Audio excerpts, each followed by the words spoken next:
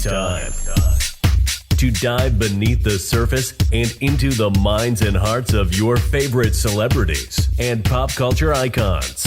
Welcome to Up and Adam. Hey guys, what's up? You're watching Up and Adam. My name's Adam Newell. And for those of you who don't know me, I'm the guy bringing you guys all the latest and greatest from your favorite celebrities and pop culture influencers. But today we're back to talk about attorney Ronald Richards, who has recently done a podcast with Heather McDonald, the Juicy Scoop podcast. Before we jump into it, you guys know how this works. If you haven't already, go ahead, smash that like button, subscribe to my channel, and hit that notification bell because, well, you don't want to miss anything we have coming up. And with that, let's jump right in. All right, guys, so Ronald Richards, we all know, was the attorney who was brought on to the Erika Girardi cases in general by the trustees, and he has been looking to see where the finances are going, where they're coming from, what's being moved around. He's on a mission. Now, when he did the podcast with Heather McDonald, it was very telling because she asked some of the questions that we want to know. She was asking, what sparked this idea for you to go on Twitter and start looking into Lisa Rinna's finances? Well, the answer is very telling, and it kind of blew my mind. We've known a little bit about this, but we didn't know the whole scope of what was going on. But he completely just divulged that Erika and Lisa Rinna share not only the same business manager, but the same CPA. And what was interesting to him here is that that manager was opening, businesses for both of them, but within close proximity. That's what sparked him to look into exactly what was going on with Lisa Rinna. And he also explained what it's going to take to clear Erika's name. I never thought I would hear him talk about that, but here it goes. Ronald Richards revealed that Erika Girardi paid for the attorney for her accountant once he started asking for the documents. And he said what's interesting here is most attorneys don't represent witnesses and clients at the same time because they like to show that their client is independent. But that's not the case here. Ronald said in this case, Erika is using her fees to pay two of the witnesses' lawyers, her same lawyer, to represent two of these witnesses who have been asked to pretty much come up with documents that could be helpful to the cases.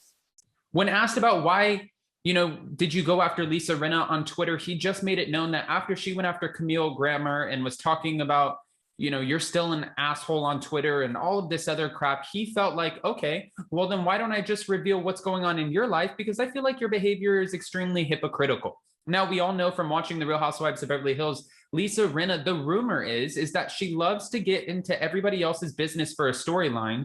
The alleged Munchausen's disease with Yolanda, which was ridiculous. Talking about Denise Richards and the Brandi Glanville hookup relentlessly and not letting it go.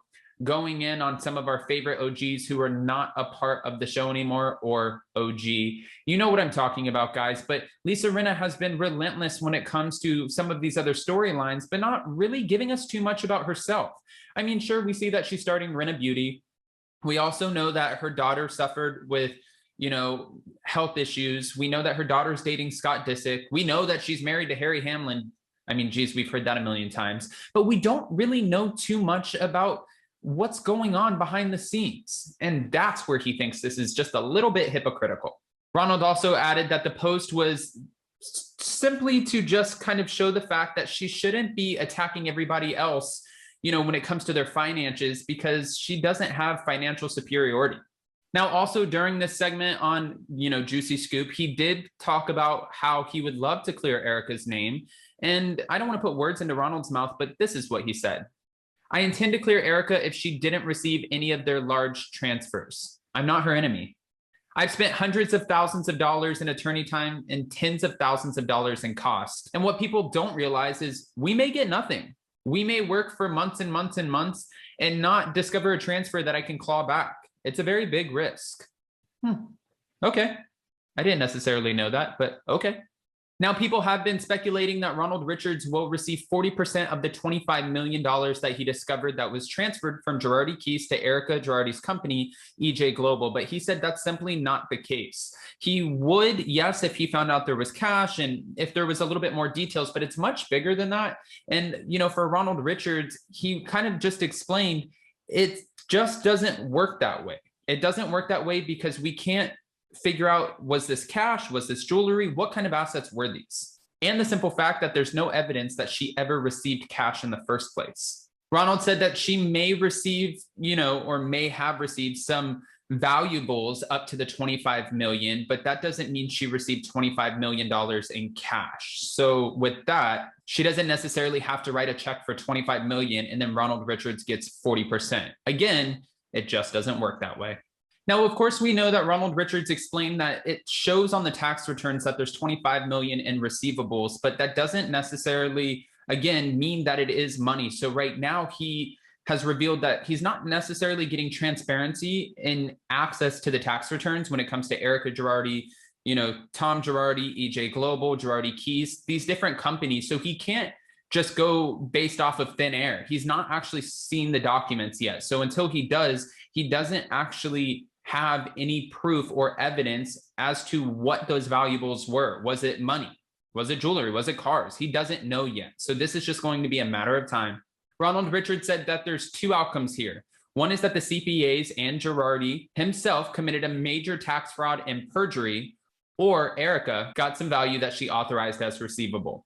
I'm sure at the end of the day, Ronald Richards will get to the bottom of it because that's what his job is. And he seems like he's very good at it. Remember, after talking with him in 2 interviews, he explained that over the course of his career, he's recovered over hundreds of millions of dollars. Now, one thing I'm excited about is tonight is the night for the Real Housewives of Beverly Hills. I feel like I said that last week and we didn't get an episode, but this week we know we're getting an episode. Our ladies are back and the story will continue to unfold. So many people have questions as to what's going on. And we see in the trailer where Sutton Strack is like, they said Ponzi scheme. We also know that it's coming up where Sutton will be, she looks like she's getting eviscerated, really, like verbally eviscerated by Erika Girardi because she's putting her nose into Erika's business at a time where Erika is really receiving it from all directions. With the pressure of the headlines, the divorce, knowing that everyone's talking about her divorce and calling it a sham, saying that they're allegedly embezzling money, all of this seems like it's weighing heavy on Erika. And at the point that Sutton decides to stick her nose in the business just to kind of put herself out there and show like, I'm worth the diamond, I'm worth being up here, and I'm worth being a diamond holder. Almost like she's taking a page out of Lisa Rinna's book, which Lisa Rinna's smart enough not to go after Erika because that's just not, she's no match for Erika. Erika honestly will just rip her apart. You can tell. And I'm not saying physically, but verbally, she's just she's called the Ice Queen for a reason. Come on, guys. But with that, I want to know what you guys are thinking. How do you feel about Ronald Richards' conversation with Heather? And what do you think about him explaining that there's only 2 outcomes here? Either major tax fraud and perjury, or Erika got some value that she authorized as receivable. Where do you think this is going? And how do you feel about the fact that Erika is paying the attorney fees to represent her accountant and 2 witnesses? Guys, you have all the answers to all the questions in which I'm asking. So if you haven't already, go ahead, comment below. And before you go, don't forget to smash that like button, subscribe to our channel, and hit that notification bell because, well, you don't want to miss anything we have coming up. And also, don't forget, we will be going live tomorrow at 12 p.m. EST, 9 a.m. PST with Zach Peter. Zach Peter from the Unfiltered with Zach podcast. It's going to be an amazing conversation, and he's going to uncover a little bit more when it comes to the Girardis. See you next time. Bye, guys. Check us out every Monday and Wednesday. Thanks for watching Up and Adam.